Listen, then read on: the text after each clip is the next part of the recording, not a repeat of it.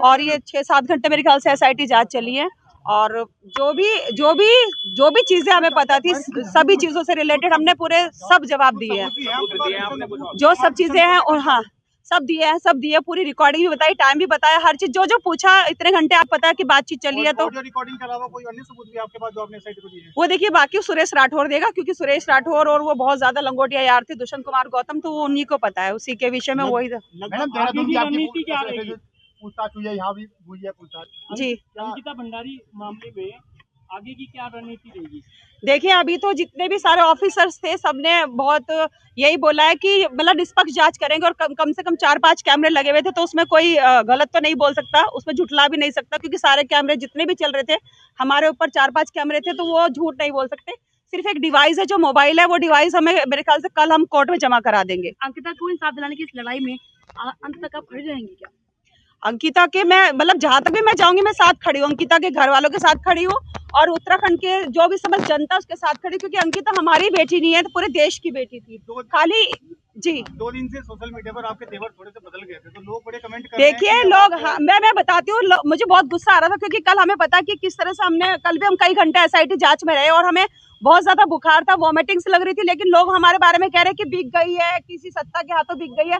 अगर हमें बिकना होता तो आप बताइए ना। हमने वो भी बताया कि किस तरह से हमारे ऊपर हत्याओं के षड्यंत्र हुए। जैसे हम सबसे पहले लाइव गए थे, उसके बाद भी हमारे घर पुलिस की गाड़ियां भर के गई है, रात को 1:30 बजे, फिर उससे अगले दिन भी गई है। और किस तरह से हम बचते बचाते हम 29 दिसंबर को हम वहां से भागे हैं, शूटिंग से अपने भागे हैं। और शूटिंग से भागने के बाद हम किस तरह से, हमने ये भी बताया, हम गुरुद्वारे में रहे, किस तरह से हम रैन बसेरे में रहे, हम मोदी जी के, वो हमारा ईश्वर जानता है कि हमने नया साल इस समय हमने सड़कों पे बिताया है। जी,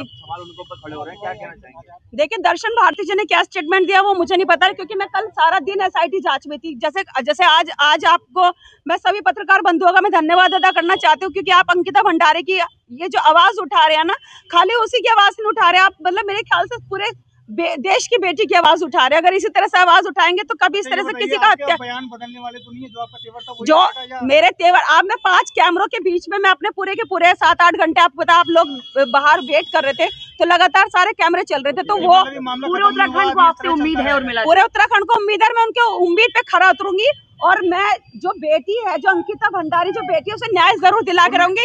लेकिन हाँ, कल की जो वीडियो ना, लोगों ने बोला कि तेवर बदल गए, शायद बिक गई, मुख्यमंत्री के हाथ, त्रिवेंद्र सिंह के हाथ, या कांग्रेस के हाथ, ये इस तरह की मिथ्या हमारे ऊपर आरोप न लगाए। और हम किसी सत्ता पार्टी से नहीं है, वो बात की बातें हैं।